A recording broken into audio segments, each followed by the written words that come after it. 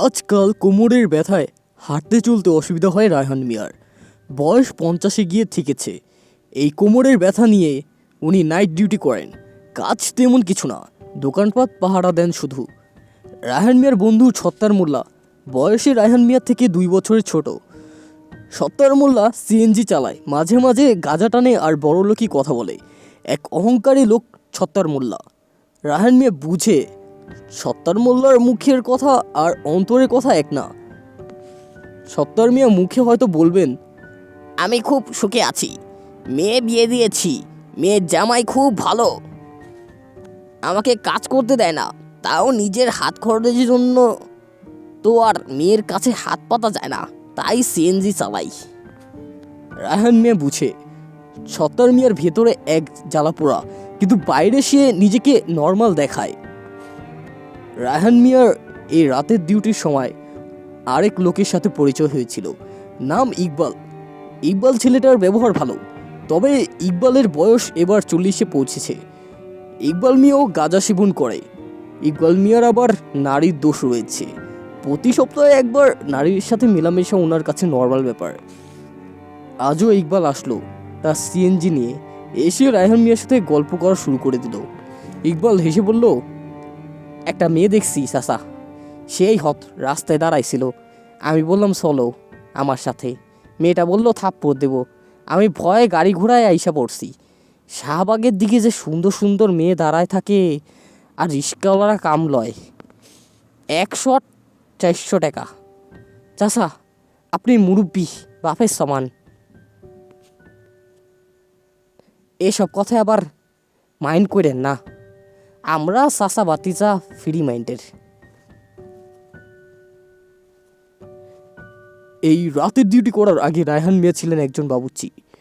কত বিয়ে বাড়িতে রান্না করলেন, কিন্তু শেষমেশ উনার বিয়ে হলো না। ওনাকে একবার জিজ্ঞেস করেছিলাম বিয়ে না করার কারণ কি। রায়হান মিয়া বলেছিলেন, বিয়ে মানে বন্ধন, আমি কোনো বন্ধনে আটকে থাকতে চাই না। ঢাকায় এক রুম নিয়ে রায়হান মিয়া থাকেন। ওনার রুমের পাশের বাসার ভাবির মেয়ের নাম সাইমা। সাইমা উঠতি বয়সের মেয়ে। এসব মেয়েদের চোখে রঙিন চশমা থাকে। সাইমা মাঝে মাঝে দিনের বেলা আসে গল্প করতে। গল্পের ফাঁকে সে রায়হান মিয়ার শরীরে ঘষাঘষি করে।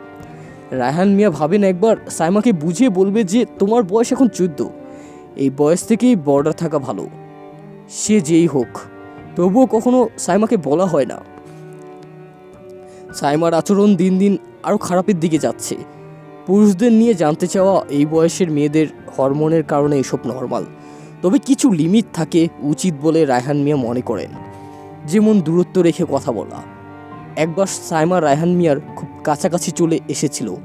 হঠাৎ তার হাত দিয়ে চিপে ধরে রায়হান মিয়ার অস্ত্র। তার অস্ত্র ছেড়ে হঠাৎ দৌড় মারে। রায়হান মিয়ার প্রচণ্ড রাগ হয়। এসব অশ্লীল আচরণ উনার পছন্দ না। রাতের ডিউটির সময় আজ রায়হান মিয়া বসেছিল। হঠাৎ এক যুবক এসে উপস্থিত। ছেলেটা মদ্যপান করেছে বলে ঠিক মতো দাঁড়াতে পারছে না, শরীর হেলে দুলে হাঁটছে। সে এসে বসলো রায়হান মিয়ার পাশে। ছেলেটা নিজের পরিচয় দিল, আমার নাম নীল, আমার বউ প্রেগনেন্ট ছিল, আর তার বাচ্চাকে অ্যাবর্শন। ছেলেটা নিজের পরিচয় দিল, আমার নাম নীল, আমার বউ প্রেগনেন্ট ছিল, তার বাচ্চাকে অ্যাবর্শন করিয়েছে, আমাকে ছেড়ে দিয়েছে, আমি এখন নেশাখোর। রায়হান মিয়া বিশ্লেষণের চোখে তাকায়। নীল মদ খেয়েছে বলে তার কথায় জড়তা লক্ষ্য করা যায়। নীলের জন্য মায়া হয় তার। রায়হান মিয়া নীলকে বলে, তুমি কি রাতে কিছু খেয়েছো? কথা বলে রায়হান মিয়া দোকান থেকে 10 টাকা দামের পাউরুটি এনে দেয় নীলকে। নীল সেই পাউরুটি গ্রহণ করে। নীল তার ঘটনা বলে, পাউরুটি খেতে খেতে, আমার বউ ছিল, সুখের সংসার ছিল, সব শেষ হয়ে গেছে। আমি বিয়ের দিন কিস্তিতে অটোরিক্সা কিনি 1 লাখ টাকা দিয়ে। প্যাসেঞ্জার আমাকে অন্ধকার জায়গা নিয়ে আমাকে মেরে রিক্সা নিয়ে পালায়। তারপর আমার বউ আমাকে ভুল বুঝে, সেভাবে আমি নেশার জন্য রিক্সা বিক্রি করে এই নাটক সাজিয়েছি। তাই সে আমাকে ছেড়ে দেয়। তার পেটে ছিল আমার বাচ্চা, সেটাকেও অ্যাবর্শন করায়। এখন সে তার বাবা মার বাড়ি থাকে আর আমি রাস্তায় রাস্তায় থাকি। কথাগুলো বলেই কেঁদে ফেলে নীল, আবার নিজেকে সামলায় চোখের জল মুছে। মদ খাওয়ার কারণে তার ইমোশন দ্বন্দ্ব কাজ করছে, যা স্পষ্ট। নীল প্রশ্ন করে, কত টাকার বেতন পান চাচা? রায়হান মিয়া বলেন, বেশি না, 10,000 টাকা পাই। নীল আবার প্রশ্ন করে, এই টাকায় কি চলে? রায়হান মিয়া বলে, আমি একলা মানুষ, কোনো মতে চলে আর কি। এরকম সময় দূর হতে দেখা যায় সত্তার মিয়া আসছে তার সিএনজি চালিয়ে। নীল বলে, কয়টা বাজে চাচা? রায়হান বলে, 2:45। নীল চলে যায়। সত্তার মোল্লা নীলকে চলে যেতে দেখে, তারপর তাকে চিনে ফেলে। রায়হানের কাছে এসে ধমকের স্বরে বলে, এই চোরের সাথে মিশবেন না। রায়হান মিয়া অবাক হয়ে এটা যে চোর সেটা জানতো না। রায়হান বললেন, ও যে চোর তা কেমনে জানলা? সত্তার মোল্লা সিগারেটে গাঁজা ধরিয়ে টান দিয়ে বলে, 2 দিন আগ দেখলাম বাজারের লোকজন তাকে উদম কেলাচ্ছে। রায়হান বললেন, তাহলে তো সাংঘাতিক। সত্তার মোল্লা বললেন, টানবেন না কি গাজা? রায়হান মিয়া কথা না বলে ওনার হাত থেকে গাঁজা নিয়ে এক টান দিতেই কাশতে শুরু করলেন, আর এদিকে মজা পেয়ে হাসতে লাগলো সত্তার মিয়া। সকাল 6টায় ডিউটির পর দরজা খোলা রেখে ঘুম দিয়েছিলেন রায়হান মিয়া। ঘুম থেকে উঠে দেখলেন চেয়ারে বসে আসে সাইমা।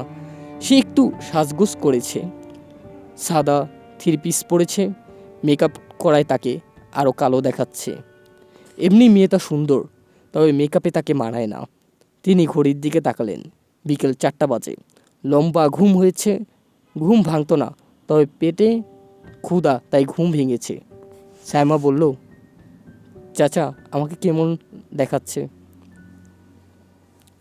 রায়হান মিয়া চুপ করে আছেন। ক্ষুধা পেতে কোনো কিছু ভালো লাগে না। সন্ধ্যাবেলা হঠাৎ সাইমার বাবা এসে উপস্থিত।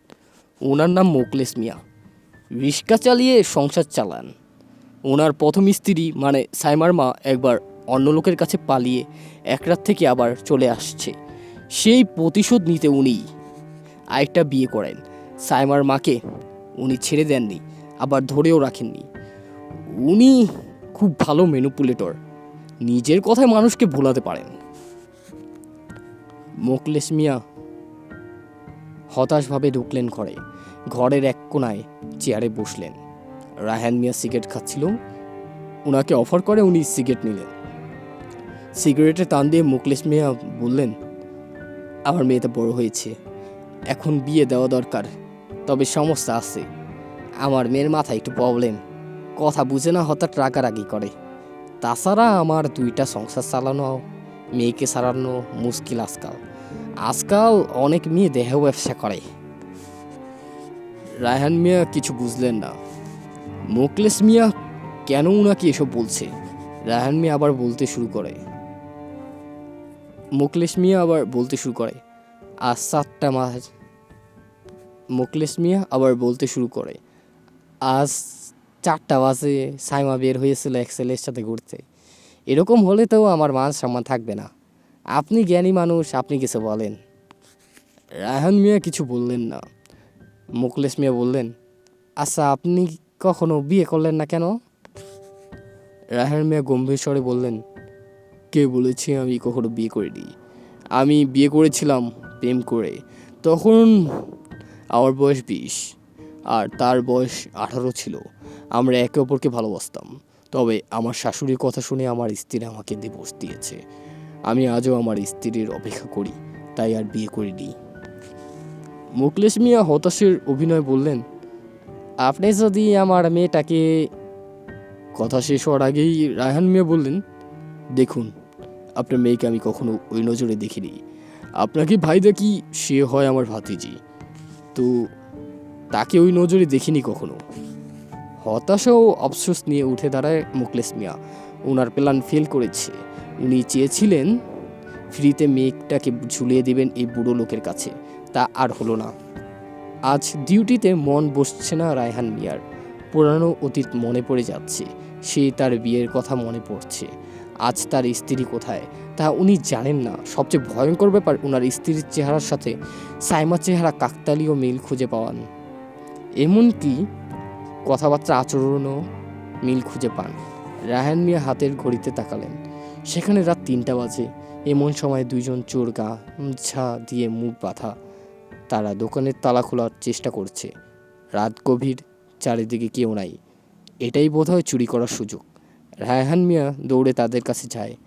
বুড়ো বয়সে তেমন দৌড়ানো সহজ না, তবু আজ কোথা থেকে তার শরীরে হঠাৎ জোশ এসে পড়েছে যেন। দুইটা চোর তাকে দেখে পালায় না, সেখানেই দাঁড়িয়ে থাকে। রায়হান মিয়া বলে, তোমরা এত রাতে এখানে কি করো? দুজন চোরের মাঝে একজন চাকু বের করে পেছন থেকে, তারপর সোজা কয়েকটা পাড় দেয় রায়হান মিয়ার বুক বরাবর। গুনে গুনে মোট 32 বার চাকু চালায় রায়হান মিয়ার বুকে। এর মাঝে রায়হান মিয়া চোরের চোখ দেখে তাকে চিনে ফেলে। এটা আর কেউ না, নীল, যাকে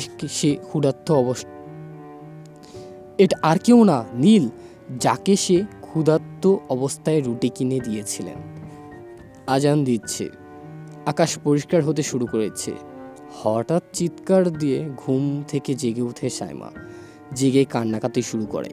তার মা কিছু বুঝতে পারে না। মেয়েটাকে জড়িয়ে ধরে বলে, কি হয়েছে, কোনো দুঃস্বপ্ন দেখলি? সাইমা কিছু বলে না, শুধু কাঁদে। তার মন ঠিকই কিছু টের পেয়েছে অশুভ কিছুর। এদিকে রায়হান মিয়ার মৃতদেহ পড়ে থাকে রাস্তায়। সাধারণ মানুষ অফিসে যাওয়ার জন্য বের হয়েছে। তারা দেহটাকে দেখে পাশ কাটিয়ে চলে যাচ্ছে।